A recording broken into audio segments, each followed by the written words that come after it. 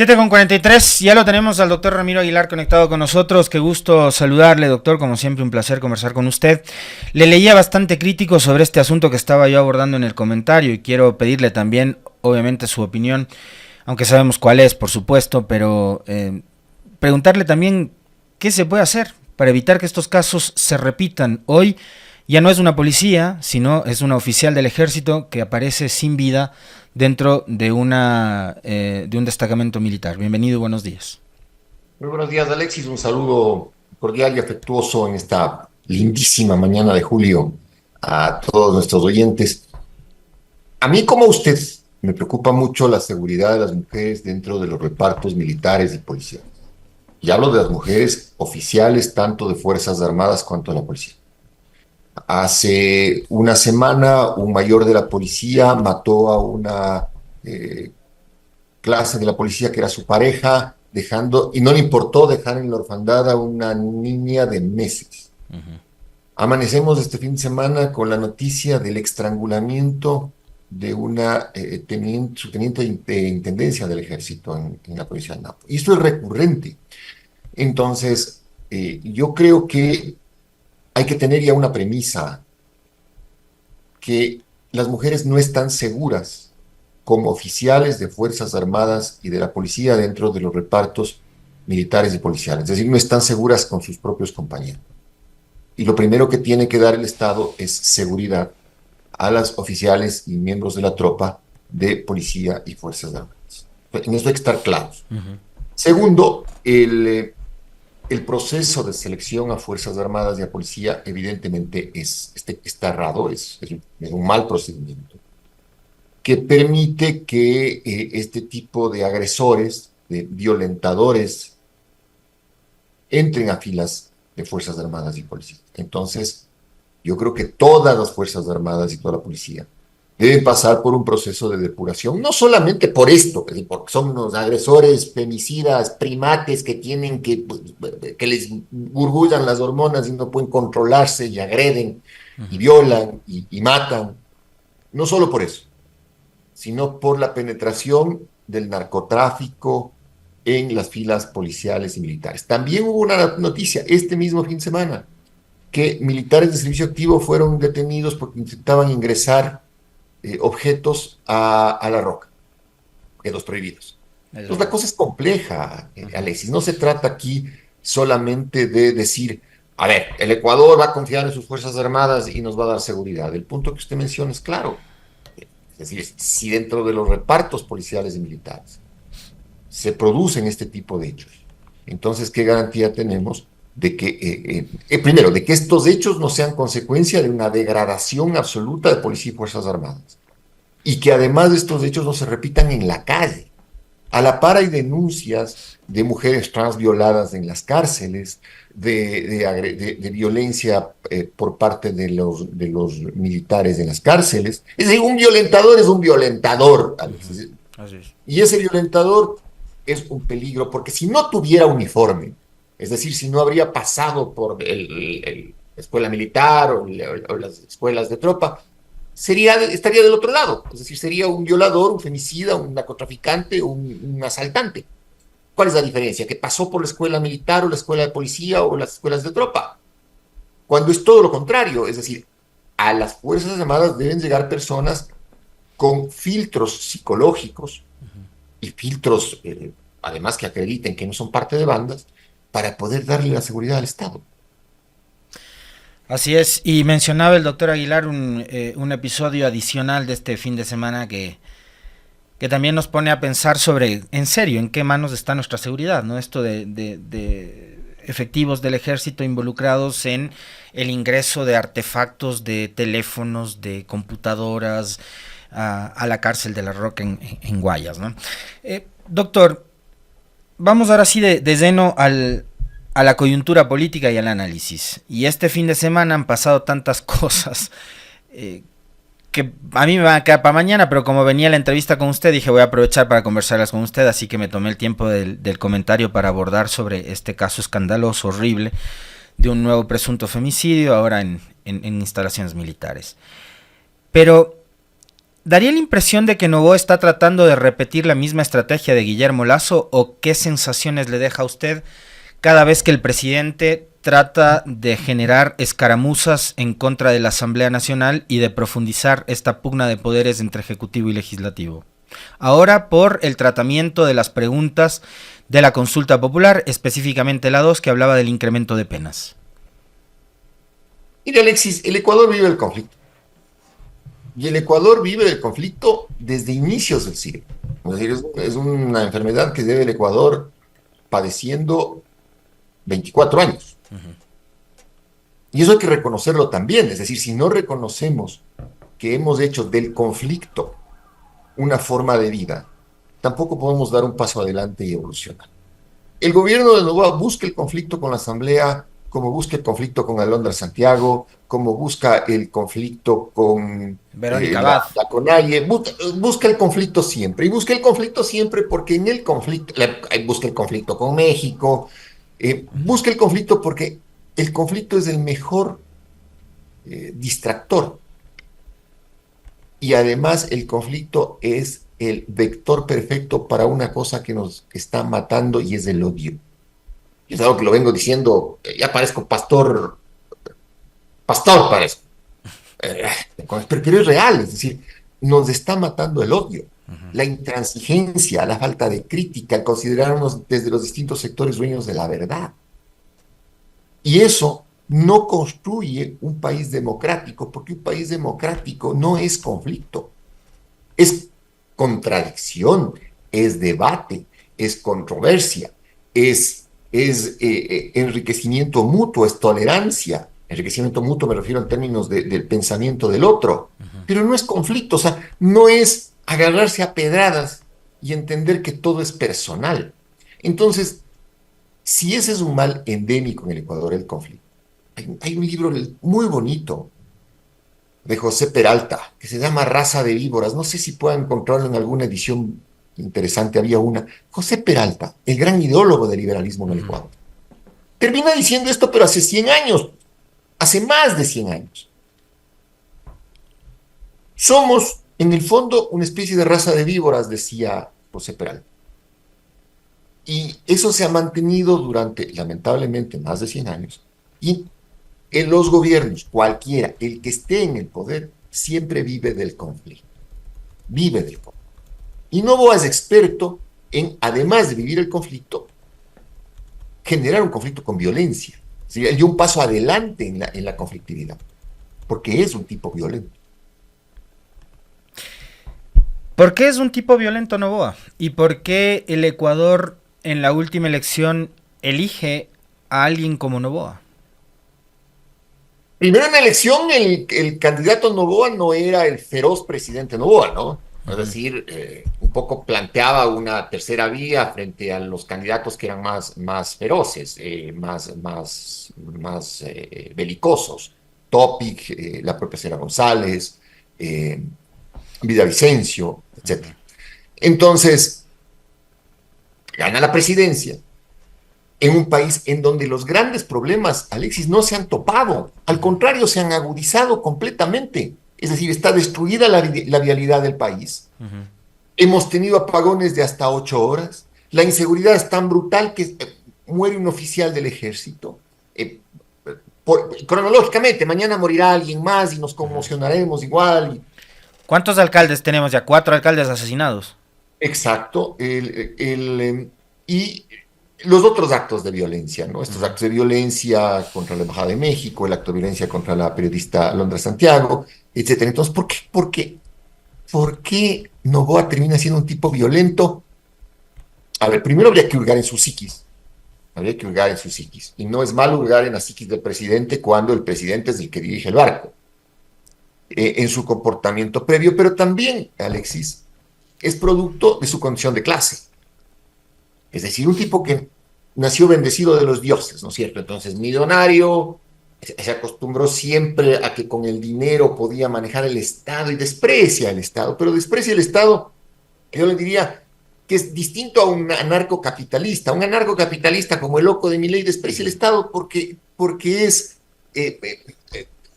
una cortapisa a lo que ellos creen que es la libertad perfecta. Noboa desprecia el Estado porque a lo largo de su vida y la de muchas vidas de los miembros de las élites ecuatorianas se acostumbraron a dos cosas: a desplumarle al Estado en los negocios públicos y a despreciar al funcionario público, porque el funcionario público generalmente se vende y el político se vende. Se vende o abiertamente por una coima o por financiamiento de campañas. Entonces, en ese desprecio que tiene Noboa por el Estado ecuatoriano que ahora preside, es obvio que desde el Estado lo único que rescate es el ejercicio del poder, porque con el poder hace lo último que le faltaba hacer como niño rico, es decir, ejercer la autoridad del Estado, mandar a las Fuerzas Armadas y a la policía. Pero desprecia el Estado hasta que, digamos, se acuerdan que les permite hacer el Estado muy buenos negocios. Entonces, que el Estado le entregue contratos a las empresas de la tía o a las empresas de las cuales es accionista su esposa, ahí el Estado ya no está malo, pues, y no está mal negociar con el Estado y beneficiarse de lo público. Es lo que le digo, Alexis, las élites en el Ecuador, con el Estado, lo que hacen es tratar de desplumarle, de sacarle plata. Eso es lo que hacen. Y cuando hay un funcionario que se opone, o comprarle, o pedir que le voten. Y cuando hay un político que se opone, o comprarle vía financiamiento electoral, o lanzarle ahora toda una campaña mediática.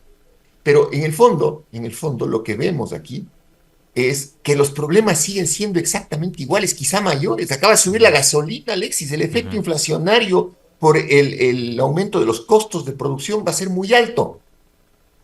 Pero no vemos otra cosa, que es también que paralelamente al hecho de que hay un presidente violento con una derecha muy violenta, hay un pueblo desmovilizado. Y hay un pueblo desmovilizado por miedo. Y esa desmovilización tiene que ver también con las preferencias, doctor. Yo le decía hace un momento, si Noboa es, y se ha mostrado como aparentemente es, ¿por qué la gente sigue comprando esa actitud, esa personalidad de Noboa? ¿Por qué Noboa tiene tan buenos niveles de popularidad y aceptación? Yo ya no me voy a meter a dar cifras porque si no después me linchan, ¿no? Pero las encuestadoras, todas le dan muy buenas cifras de credibilidad y de popularidad a alguien que además se ha acostumbrado a mentir y mucho en los últimos meses. Y Noboa finalmente está ahí no de casualidad, está ahí porque 52% de electores decidieron que esté ahí. Y probablemente Noboa hoy esté ya casi como por descuento en la segunda vuelta de las elecciones del próximo año. ¿Qué es lo que pasa? Los electores, ¿en qué están pensando? ¿Qué buscan? Tomando en cuenta de que no se han solucionado esos problemas que usted acaba de citar, problemas que además con este gobierno se han profundizado y se han agravado, porque todo se vuelve más caro, la situación, la condición de vida de la gente está más difícil. A ver, suceden algunas cosas. La primera, el miedo, ¿no? Es decir, la represión en octubre del 2019 fue tan brutal y la posterior judicialización y encarcelamiento de los dirigentes políticos fue tan dura que metió miedo a la movilización social. O sea, la explicación de la desmovilización de julio del 2024 está en octubre del 2010. Y también hay que reconocer que no existe una conducción política en el Ecuador en este momento, Alexis. No hay conducción política.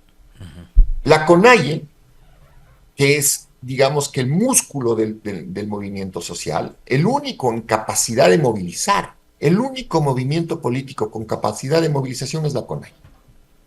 El único. Y no tiene una representación clara en la Asamblea, es decir, ahí lo que fue Pachacuti fue un desastre y no tiene representación en la Asamblea. Entonces el contrapeso de la CONAIE es la movilización. Pero el resto de los ecuatorianos, no podemos escondernos debajo de los ponchos y las poleras de la CONAIE. Y el resto del progresismo ecuatoriano que hace política, que está representado en la Asamblea, cuya mayor representación la tiene todavía la Revolución Ciudadana, está extremadamente perdido. Es decir, la Revolución Ciudadana dejó de ser hace rato un movimiento político, un partido político. Hace rato. Porque en los partidos políticos se priorizan los objetivos nacionales y los objetivos del partido sobre la militancia. Es importante la militancia, pero por sobre la militancia está la consecución del poder por la vía democrática para poder lograr los objetivos que beneficien a la mayor cantidad de gente posible. Y la RC se ha transformado, lamentablemente, impresentablemente, en un movimiento político que es una especie de acción jurídica popular para defender a los líderes de su partido que están siendo o han sido procesados penalmente. Procesados en algunos casos de manera infame, y eso es cierto, en otros casos con razón, y ellos no tienen autocrítica, pero lo que es impresentable, por ejemplo, es que hayan hecho lo que hicieron este fin de semana también en la Comisión de Fiscalización, que es decir, que una red de corrupción encabezada por el señor Wilman Terán y la señora Barrén no es susceptible de enjuiciamiento político porque, entre comillas, los interpelantes no se enfocaron en el proceso político. Pero vamos, no seamos mentirosos.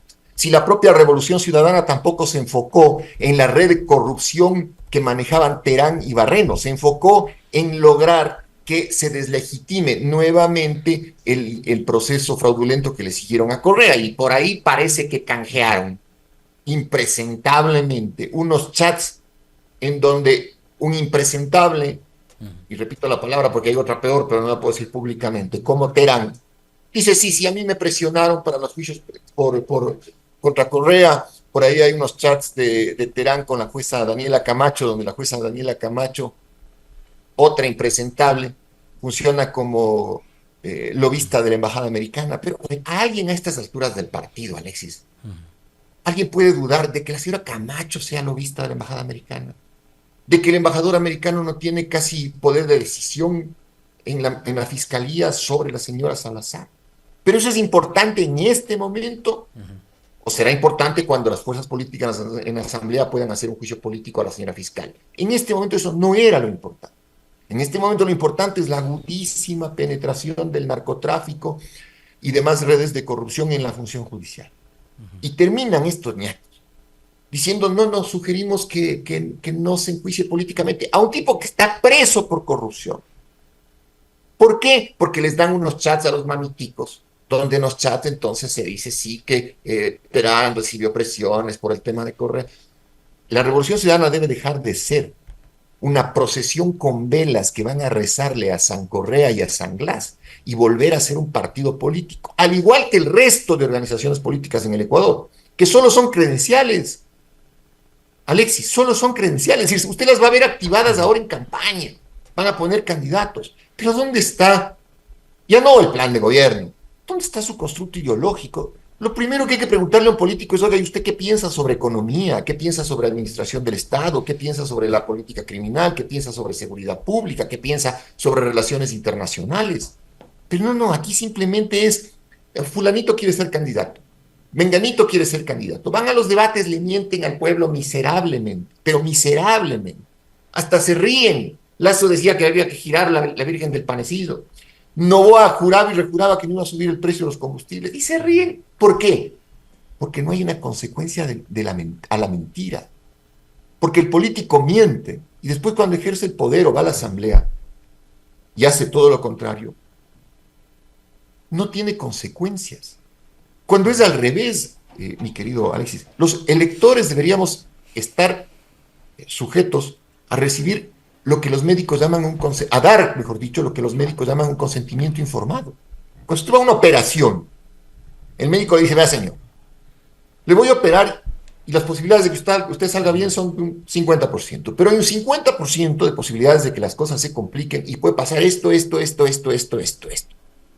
¿Usted está de acuerdo? Fírmeme esta hojita. Se llama consentimiento informado. Usted me da el consentimiento para operarle porque yo le he informado de todas las consecuencias. Lo mismo debería funcionar con el elector, pues. Oiga, yo le digo que el país está así, que yo debo tomar tales y tales medidas. Puede ser que no las tome, pero puede ser que sí. ¿Está usted de acuerdo? Pero eso nunca pasa, porque jamás le informan al elector la parte que podría ser dañosa, claro, dentro de la conducción política. Ahora, doctor,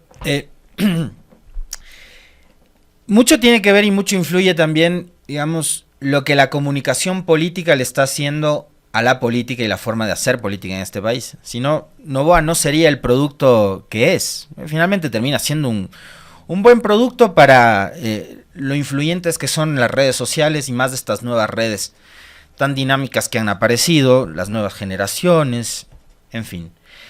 Ahora, con respecto a lo que usted decía en relación a la Revolución Ciudadana, digo, las dos cosas podrían conjugarse de la misma manera, dando quizás distintos niveles de relevancia, sin desatender lo uno, los temas judiciales, de lo otro, que es hacer política en la clave en la que usted está señalando.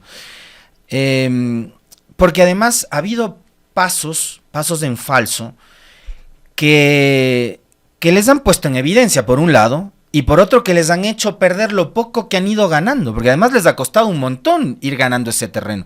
Le quiero citar un ejemplo y usted se va a explayar para explicar lo que le voy a plantear, doctor, y es lo sucedido con Allen Berbera.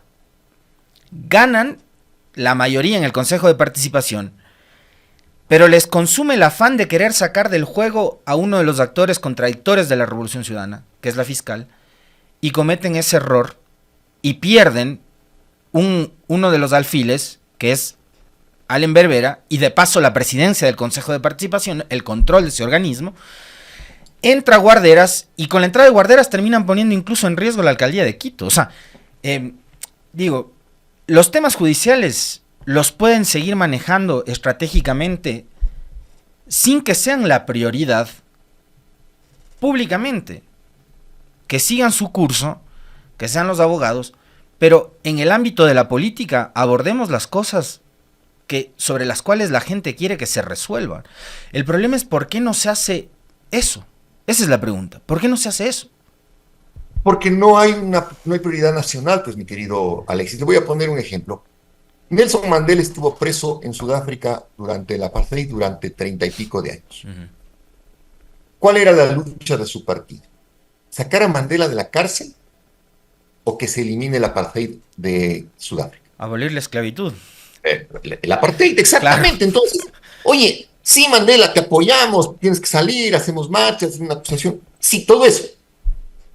Pero Mandela incluido, el gran líder Mandela, panas, esperen un ratito. Primero está la gente. Ya saldré yo. He tomado la decisión de vida de hacer política, me inmolaré. Mandela es un personaje de la humanidad, por cierto, pero lo primero es eliminar el apartheid de Sudáfrica. Y eso funciona en cualquier movimiento político, es decir, cualquier movimiento político debe tener prioridades objetivas. Por eso la CONAIE es tan fuerte. Usted, a ver, Nebot, para poner un ejemplo de un político que ha estado vigente durante medio siglo. 40 años. ¿Con cuántos presidentes de la CONAIE ha tenido que conversar? Como con ninguno. N. O sea, cuando hay política se ha topado con N presidentes de la CONAIE. Los señores acaban su periodo y regresan a su mundo orgánico. Pero ¿quién está ahí presente? La CONAIE, el movimiento, con sus objetivos, defendiendo a las nacionalidades y pueblos indígenas del Ecuador. Pero eso no pasa en el resto de partidos. Pero la CONAIE tampoco ha podido consolidar un proyecto nacional que le permita llegar al poder, por ejemplo, creyendo que el ideal es siempre ganar una elección. No. Porque quizá no le importa, porque quizá la CONAIE, entendiendo que este es un Estado plurinacional, la CONAIE es de estructura política y orgánica de un grupo de nacionalidades y pueblos indígenas y no le interesa el salto a convertirse en el conductor de una nación distinta a sus propios componentes. Porque quizá la CONAIE tampoco es que esté definida ideológicamente. Hay gente de la CONAIE de izquierda, hay gente de la CONAIE de derecha, hay gente de la CONAIE que pertenece a movimientos evangélicos, etc. Pero a donde quiero llegar es, si usted no tiene objetivos nacionales, o sea, si su objetivo nacional es sacarle a Londra a Santiago del país, con un informe de inteligencia de unos payasos, pero unos payasos, ni en los circos les aceptarían a los payasos esos del Centro de Inteligencia Integrada. Si su objetivo es aprender a Glass y pasarse por el foro, el derecho internacional público, si el objetivo del país es estar feliz porque le joden al otro, entonces somos un país que se va a diluir.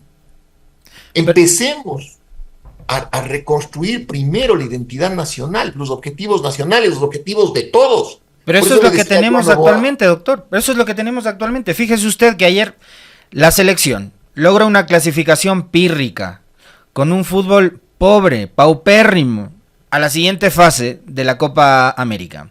Y el presidente Noboa sale a festejar, dedicándole la clasificación a Correa, tratándole como le trata, y diciendo las cosas que dice y contaminando el tema deportivo con la política y profundizando lo que usted decía al inicio de esta entrevista, la bronca y la polarización. Y sí, eso, claro, eso es lo que somos. Mezclando además una cosa que no tenía por qué mezclarse, el tema futbolístico para mí es sagrado, es decir, no había por qué mezclarlo, pero ¿por qué lo mezclan, Noboa? Porque da de comer a una derecha muy rabiosa y una derecha que es muy violenta. Y en ese contexto, de una derecha rabiosa y violenta, que no tiene reparos en insultar a nadie, Noboa está dando de comer a esa derecha porque es su punto de apoyo para las elecciones siguientes. Y si gana Noboa las elecciones siguientes, y su gobierno va a durar 4 años, entonces esto será el emporio del neoliberalismo, pues, en un país extremadamente pobre, Pero si la Revolución Ciudadana, por ejemplo, que pretende ser, digamos que el oponente del neoliberalismo desde el progresismo, termina avalando actos de corrupción, entonces se vuelve a dar mucha estructura, mucho nervio a esa idea que sembraron durante muchos años los de la derecha en el imaginario popular de que el progresismo es corrupto. ¿Sí? Y así las opciones, ¿cuáles son? O sea, digo, en buena medida yo puedo coincidir con usted que hay causas a las cuales yo, por supuesto, no me adhiero ni me adheriría jamás, pero a la vuelta de la esquina está una elección, y en medio de ese camino, que además parece muy cortísimo, por cierto, está la construcción de alianzas, está la construcción de candidaturas, y hoy igual tenemos, creo que de parte del periodismo también, mucho eso de discutir solo los nombres, ¿no? De hablar cuál podría ser el mejor candidato para disputarle la elección a Noboa, ya sea desde la Revolución Ciudadana o desde cualquier otro partido. Leí a propósito de eso algún análisis de este fin de semana que también fue motivo de polémica en el Twitter, que es donde todo el mundo desfoga sus frustraciones y sus emociones desde todo punto de vista. A mí ya me pasó eso de pelearme con todo el mundo hace rato, que ya no respondo nada, me he dedicado a bloquear más bien, y es como exigirles ya nombres. Pero el problema es qué representan esos nombres o qué quieren representar esos nombres. Y lo otro es qué le proponen esos nombres a la gente, más allá de lo que seguramente será la campaña electoral. Nuevamente un baratizo de ofertas donde llegarán los candidatos como Noboa a decir que van a bajar el precio de los combustibles, a decir que van a mejorar las condiciones de vida, a decir que no van a subir los impuestos y después terminarán haciendo todo lo contrario. Pero más allá de los nombres que les exigen, por ejemplo, a la Revolución Ciudadana, díganos cuál es el candidato. El tema es qué es lo que le van a proponer al país para hacer que el proyecto de Noboa, que es un proyecto además extremadamente personalista, y de la empresa, que ya además lo vivimos con Lasso y ahora otra vez con Noboa, vuelva a ganar y no le dé oportunidades al progresismo, a la izquierda, a la centroizquierda. Mira, Alexis, Noboa es el CRUM que hay que poner en el álbum de fichas de la presidencia del Ecuador. Igual que Lasso, igual que Moreno. Porque está pasando un fenómeno político en el siglo XXI que hay que saber leerlo, al finales del primer cuarto del siglo. Y le pongo un ejemplo sencillo, lo que está pasando con el presidente Biden en los Estados Unidos. El hombre se va. Se va. O sea, tiene unas lagunas mentales del tipo que se fue. Y fue tan penosa su actuación en el debate contra Trump, que muchos sectores demócratas, y puede ser que esto ocurra esta semana, están presionando a Biden para que deje la carrera por la presidencia de los Estados Unidos. No obstante, ese hombre ha gobernado los Estados Unidos fácil los últimos 3 años o 2 años, ido. La pregunta es por qué el Partido Demócrata insiste en ponerlo nuevamente. ¿Qué hay Porque detrás? no gobierna, exacto. ¿Qué hay detrás? Yo no ayer en una conversa decía, doctor, perdón que le interrumpa ahí porque creo que va a estar buena la analogía que les planteaba a estos amigos ayer y se la plantea a usted. Biden es una suerte de Trujillo, ¿no? Exacto, exacto. Y además, es obvio que no gobierna él, pues, o sea, si hay un presidente ido en la nación, una de las naciones más poderosas del mundo, es obvio que alguien gobierna esa nación y no el ido. Así es. Los fabricantes de armas. Exacto, los que viven de la guerra, etcétera. Y en ese contexto pasa lo mismo en Ecuador. Es decir, ¿usted cree que gobierna Noboa?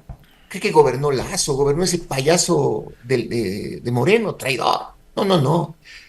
Cuando se consolidan las élites económicas manejando el poder, en este caso, por ejemplo, en los Estados Unidos, que están viviendo de la guerra, el tráfico de armas, etc. Cuando se consolidan las élites y manejan el poder, no van a permitir fácilmente que los otros sectores sociales vayan al poder por tres razones. Primero, porque se van a dar cuenta que las élites usaron el poder para enriquecerse a costa de vidas humanas. Segundo, porque no van a perder sus negocios. Y tercero, porque las élites además gozan del clasismo. En su mente, el pobre es un perdedor que debe salir del juego, el estúpido discurso de Milei. Entonces, en ese contexto, volviendo al tema nacional, volviendo a lo criollo, sí, se les pide candidatos, pero en el fondo los candidatos no interesan. A ver, el candidato de la Revolución Ciudadana, quien sea, la gente que es del correísmo duro no le va a interesar porque le va a decir, bueno, Correa será el que ponga las directrices de gobierno. El anticorreísmo duro dirá, no hay que votar por ellos, porque entonces el señor o la señora es solamente un cromo y Correa es del poder. En la derecha es igual. Pongan a Cucalón, pongan a Romo, pongan a Noboa, pongan a Otto, a Topic. A Otto, a cualquiera, que son los cromos. Es decir, gobernará la Embajada Americana, el Fondo Monetario Internacional, los tenedores de la deuda externa ecuatoriana, los pequeños grupos de poder ecuatorianos, ellos gobernarán. Si quieren poner a la CONAIE, perfecto, podrá ser Leonidas Issa, podrá ser cualquiera. La CONAIE orgánicamente es la que tomará las decisiones. Por ahí hay unos perdidos, ¿no? Como don Pedro Granja, como ¿quién más estaba? Jorge Escala. Sí, Escala del NPD, por ahí un señor de la policía. El general Víctor Arauz. Arauz, exactamente. Que son al revés, es decir, son candidatos buscando partido. ¿Ya?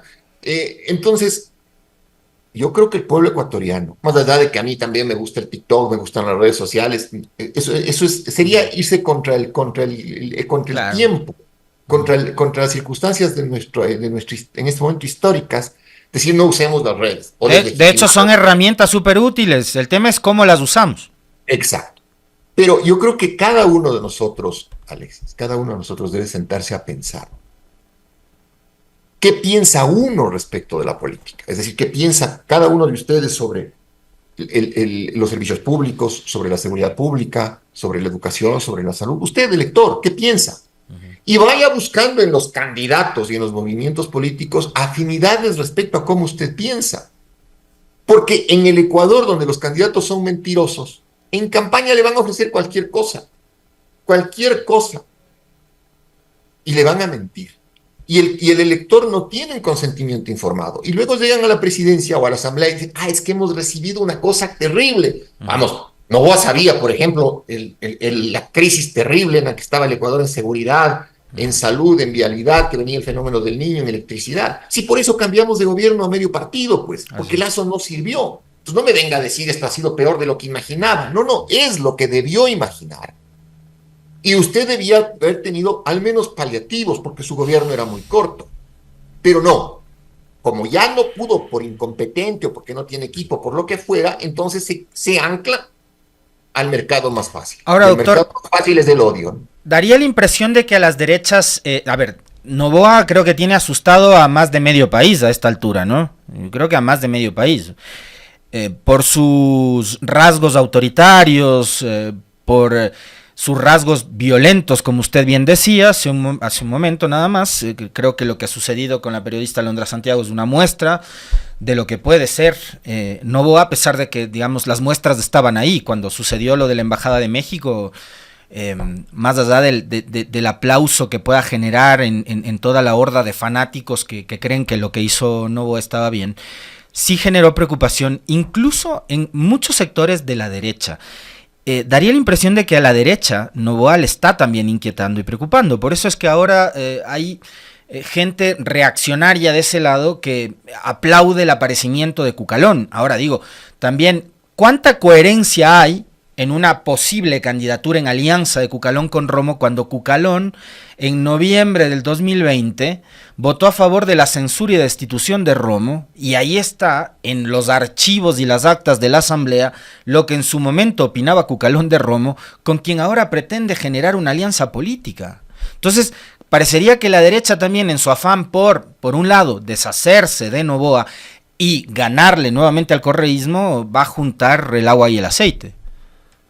Como hizo Villavicencio con Construyen, ¿no? O sea, Villavicencio acusaba a Romo de ser la repartidora de hospitales y fue mansito a lamer su mano cuando le daban la candidatura. Pero, a ver, el elector es el que tiene que saber escoger y separar la paja del trigo, pues, el elector. No hay otra persona. Esto es democracia y hay que saber votar. Ahora, el punto aquí es que si a usted le gusta que le mientan, entonces siempre va a comprar mentiras. Pero le voy a decir una cosa adicional, Alexis. Yo creo que el correísmo debe pensar esta vez como partido, como proyecto nacional, quizá como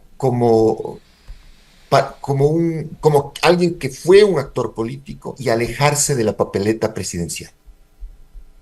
Un frente progresista nacional con la Revolución Ciudadana en la papeleta es inviable porque la Revolución Ciudadana en este momento no es buena compañía. Cualquiera, Alexis, cualquiera. Y aquí no necesito encuestas, no necesito llamarle a la Paulina Recalde que ahora está en el municipio. No. Cualquiera que sea el candidato en segunda vuelta con la Revolución Ciudadana le gana. Cualquiera. Igual que pasaba con Fujimori y pasa con el fujimorismo en el Perú. Hasta Castillo les gana. Puede ser mala compañía, pero es una mala compañía que tiene un voto duro del 25%. Sí, claro, pero que no alcanza, pues como a Fujimori en el Perú. No le alcanza. Entonces, si como Revolución Ciudadana tienen un proyecto nacional, es hora de que se alejen de la papeleta presidencial y consoliden una fuerte lista de asambleístas para volver a tener un proyecto político de partido. Pero si insisten en que sin ellos no hay papeleta presidencial, entonces, son un fácil objetivo para todo este discurso violentísimo de Noboa, de los grandes medios corporativos, respecto a un hecho para el cual la Revolución Ciudadana no tiene autocrítica, y es la corrupción. Doctor Ramiro Aguilar, como siempre le quiero agradecer infinitamente por haber aceptado la invitación a este diálogo. Le mando un fuerte abrazo, cuídese mucho. Siga usando el TikTok. Un abrazo grande y vamos, ahora estamos futboleros, veamos qué pasa con Argentina, es un partido durísimo, pero estamos en la gala grande, ¿no? Y lo importante cuando uno le invita a una fiesta es vestirse de gala e ir a la gala grande. Ojalá tengamos suerte y la selección nos dé una alegría. Un abrazo grande. Un abrazo para usted también. El doctor Ramiro Aguilar haciendo análisis y reflexionando sobre la realidad política y la coyuntura nacional en el